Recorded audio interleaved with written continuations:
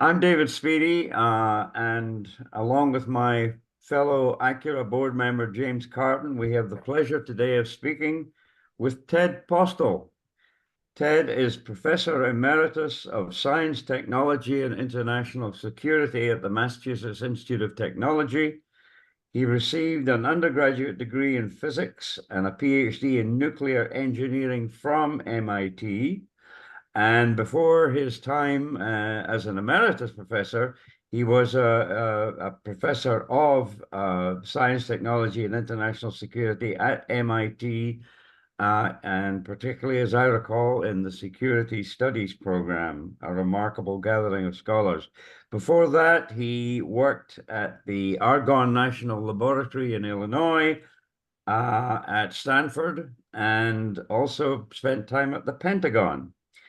Um, Ted, much of what we speak about today, of course, will be on the Ukraine war. And just to jump in at the deep end, as it were, you've written a lot recently in your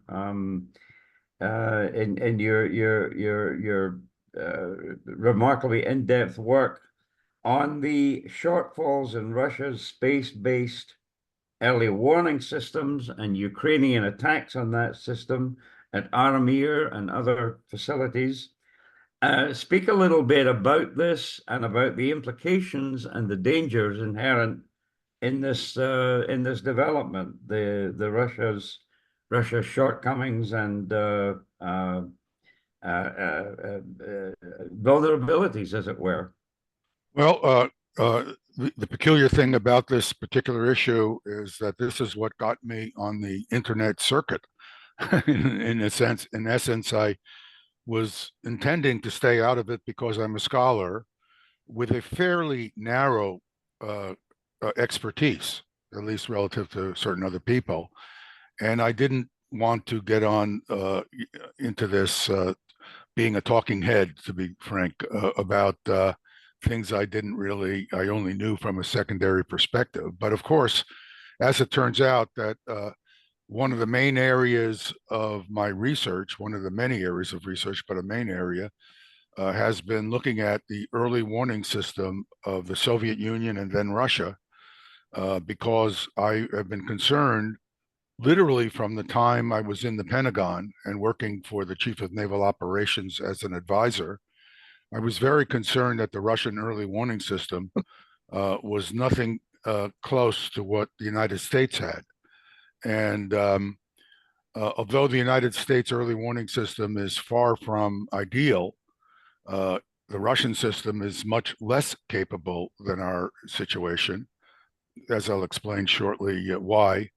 And the main concern, of course, is that if the Russians think they're under attack when they are not, we could have an accidental nuclear war that essentially destroys modern civilization and possibly even human existence on the planet. We can't be sure what the full consequences are, but it would be very serious. So my concern started quite a while back when I started to wonder how good the early warning system was. And what happened is the Russians had a false alert in 1996 of their early warning system. It was not as portrayed by certain people. That is to say, it was not.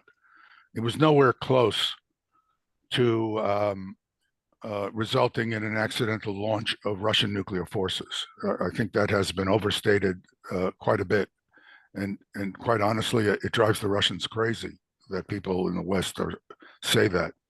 But my view of this event is that if you're walking down the street and you have chest pain and you're short of breath, it's telling you something. You don't have to have a heart attack in order to be informed that there's a problem. And by studying this false alert in great detail, my colleagues and I realized, to our total astonishment, that the Russians do not have satellites in space that can look directly down at the Earth's surface and see the launch of ballistic missiles. we knew we had been studying their satellite systems. So we knew that their satellite systems were designed to look at a glancing angle to the Earth. So instead of looking down at the Earth, they would look at a slanting angle. And the reason they were looking at a slanting angle was they would try to see missiles launched from the United States against the black background of space, because if they look too low, there's a big reflection from the Earth's surface. So by looking slightly above the Earth on a glancing angle, they could see the plumes from the rockets against the dark background of space. Otherwise, the reflections of sunlight from the Earth would be so bright that they could not see them against the bright background. And sort of like trying to see a lit match against looking into the sun, directly into the sun. So it became very clear that they did not have this, what we call look down capability. Now, it was obvious from the beginning that this was a serious shortfall. The reason for this serious shortfall can be seen from what happened several months ago with the Ukraine, where the Ukrainian government attacked a strategic early warning radar system in Russian at Armavir, in Armavir, Russia, which looks to the south. Now, they damaged this radar, and it was almost certainly not able to operate for at least some period of time. Now, if this had happened to the United States, and something like this had happened to one of our radars, all we would do is we go to the satellites and we start looking down into the corridor, the attack corridor that the particular radar monitors, and we would say, well, nothing's happening. So this is not an indication, it's not a precursor of a nuclear attack, for example. It's not an attempt to blind us temporarily so that we can be attacked with from, let's say, Trident submarines operating in the Indian Ocean, which we do operate occasionally. We do operate from. So I became extremely alarmed at this attack. And it's been my experience dealing with various people in the White House over many years that these people are mostly political appointees. They are really not experts in the capabilities of Russian and American warning systems. In fact, my experience has been that they actually know nothing, and I mean it. There's remember that one of the things you should keep in mind when you listen to one of these people talking is they are very used to not being challenged about things they claim. So they stand there and they say, well, we have this, we have that. But if you look below the surface at all, it turns out they almost always know nothing. And I had an experience at the White House during the Clinton administration a little while back, where I talked to Leon Firth, who was a national security advisor to Al Gore. And he knew nothing about the early warning system, and I could not tell him anything. I had a briefing there. I was trying to explain some things to him that we had discovered, and he just went through this briefing. I had put the briefing together. I couldn't even tell what he was going through. So how can this guy know? He wouldn't let me talk to him. He wouldn't let me explain anything to him. And incidentally, I have a lot of experience explaining things to people. I have students at MIT who, some of whom are extraordinarily capable engineers and scientists, but many of whom are very smart, but trained as political scientists who take these courses I give along with the technical people. And I make a special effort to make it understandable to all of these people. And I get feedback, I get at the end of the course, people write anonymous notes, and and I read them, and I know that they find the information understandable. So this guy would not let me tell him anything that he needed to know. And he had this military officer, his military attache next to him. And I went down to the office, the military attache's office, and it became clear that the military attache knew nothing as well. And this is the kind of environment you see in these highly political environments where people really don't know what they claim to know. And the intelligence system is not really set up to really target information that people must know and explain it to them. It's set up that I have this little piece of information, Gorbachev wears underwear that has hearts on it. So I want to tell it to you because it impresses you with but I don't tell you that Gorbachev doesn't have an early warning system, because the people who are trying to impress the people at politically high levels often don't know themselves, because they're trying to make their FaceTime look good. Well, it turns out that the Russians do not have this capability. And the critical thing is, when they lost that radar, they lost situational awareness of potential nuclear attacks from the south. Now, what they would have done, and I'm sure they would have done this, is they would have put their systems on a special alert status.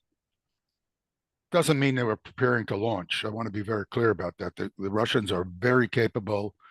They're very sober. They know exactly what they're doing. The false alert of 1996, I studied in great deal. The Russians behaved in the most professional and calm way.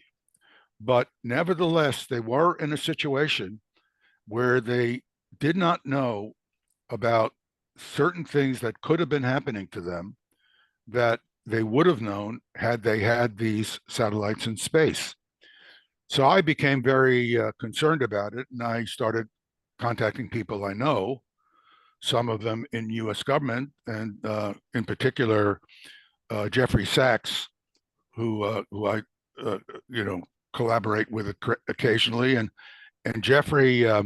I asked Jeffrey to call everybody he knew in the White House and in the UN to alert them to this. And all of a sudden, I found myself being asked by people to talk about this, like I'm being asked about now.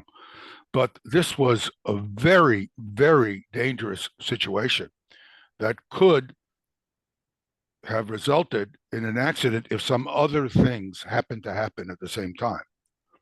Ted, could I break in here, because you've made a very compelling case here, and there'll be other sort of follow-up questions to that. James, do you want to weigh in, or? Yeah, I wanted to sort of pick up on what you were saying about personnel. So you might be familiar with this comment. It was issued by a person named Pranay Vadi, who is currently serving as special assistant to the president for disarmament matters. Vadi is a lawyer who came up through the ranks as a legislative aide. He's not a scientist.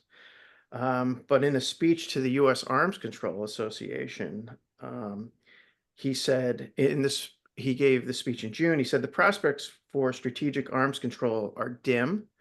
Russia and the PRC are failing to meet their international obligations. They are forcing the United States and our close allies and partners to prepare for a world where nuclear competition occurs without numerical constraints.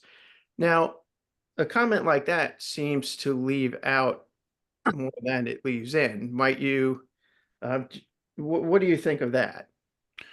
Well, I'm only guessing. First of all, he typically, of people in his position, the finger is always pointing out. He never, no reflection of any kind, and no honesty of any kind. This is a dishonest statement, whether it's intended to be a lie or whether he's just playing a political, his political role. It is a lie, and it's not true. First of all, we were the ones who withdrew from the Intermediate Nuclear Forces Treaty. We are the ones who are now talking about deploying additional nuclear forces in Europe. In in the Russians' response to us leaving the Intermediate Nuclear Forces Treaty was to say, "We're sorry you're leaving the treaty, but we will continue to abide by the treaty." So the Russians basically said, we will abide by the treaty as long as you abide by the treaty. We'll be fine. Instead, we are provoking the Russians in the biggest way possible by saying we're going to be deploying in 2026 tactical nuclear weapons in Germany. And let me tell you, I'm preparing some briefings even now. Discussing for the German public.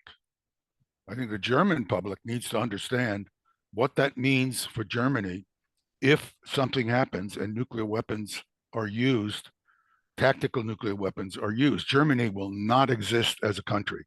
It will not look as good as it looked after the end of World War II. It will look, in fact, it will be totally destroyed. And I explained to people how weapons would be used by the Russians and how the Americans would try to use these weapons and how Germany would be a smoking radioactive ruin when it all is over. Now, that is a provocation because the Russians said, we are abiding by the treaty. We will continue to abide by the treaty. Instead, the United States not only said we withdrew from the treaty, but when the Russians reacted in a very calm and sensible way, we then said, "Oh, by the way, we're not going to provoke you further." In addition, in 2009, when the so-called Russian reset was supposedly occurring, the United States was beginning to deploy this system called the Aegis Ashore. The Aegis Ashore system, the Aegis system, was being upgraded supposedly to do missile defense. That's a long discussion. It has no capability as a missile defense system. If you were a Russian military analyst and you looked at this system, you'd say, what are the Americans really up to? Well, by putting the Aegis Ashore system, which was a components of a ship-based Aegis system on the ground in Poland and Romania, by putting those systems there, the United States put in place in 2009 cruise missile launchers that were in violation of the Intermediate Nuclear Forces Treaty. So we violated the Intermediate Nuclear Forces Treaty in 2009. I wrote an article on this. It actually got some real attention. This was after the United States withdrew from the Intermediate Nuclear Forces Treaty, because I was so angry that this administration. So this is a Democratic and Republican joint activity where both these parties have been tearing down the whole fabric of nuclear arms control together. So I think that to talk about somehow the Russians and Chinese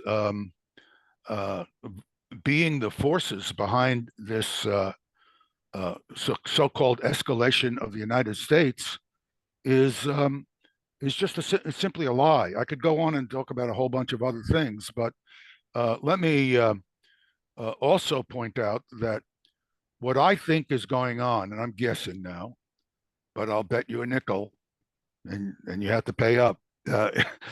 I'll bet you a nickel that when the Strategic Arms Limitations Treaty ends, the United States is going to start uploading the Trident submarine missiles with 100 kiloton warheads that we now have in storage. That's my prediction. And I can tell you where that prediction comes from. They have this character, Rose Gottemoeller.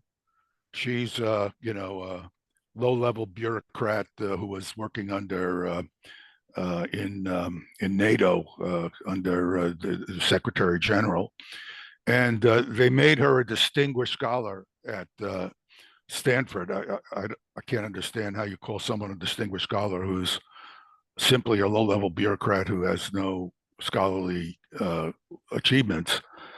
And she wrote this little letter in the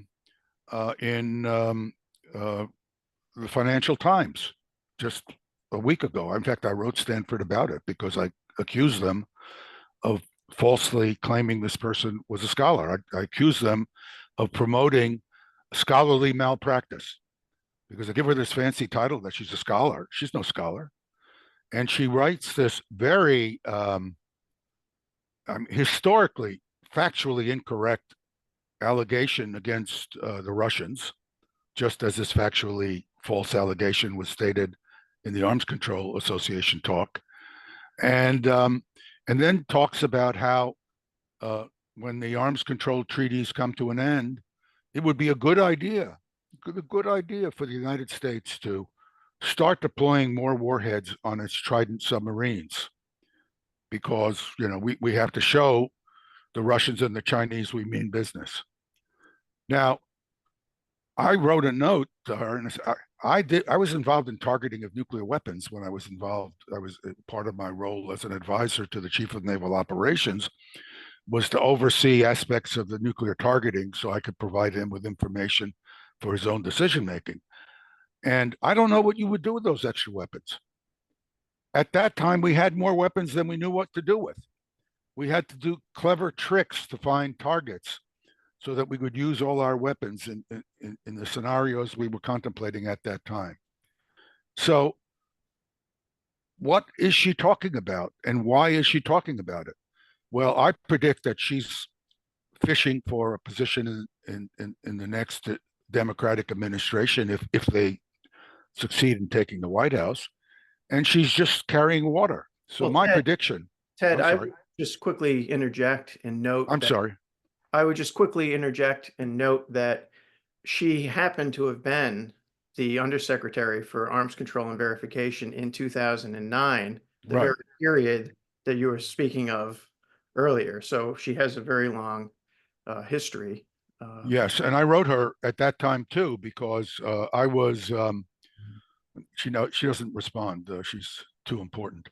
I wrote her at that time because it wasn't quite 2009. We were trying to deploy a THAAD radar, a radar that's part that can be integrated into the U.S. Strategic Missile Defense System into South Korea, and the South Korean population was dead against it. And I even was invited to go to South Korea and speak to members of the parliament. And I went. And while I was there, I found out that the U.S. government was lying to the South Korean government and the population about the capabilities of this THAAD radar. You should have seen the faces of some of these military officers who also happened to be members of parliament when I explained to them what the lies were. And they were not happy people.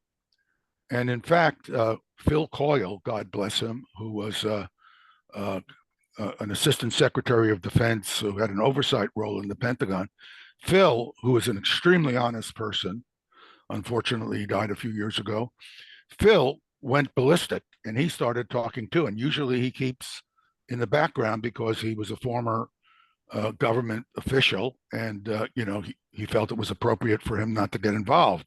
But he was so angry with the lying, and I wrote, and it was Gottemuller's staff person, Frank Rose. I'll use his name. You guys maybe know who Frank is, and he's lying to the South Korean government, an ally.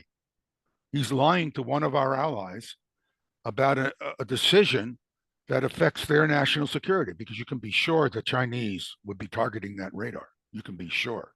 Ted, what was Frank's scientific background? What was who?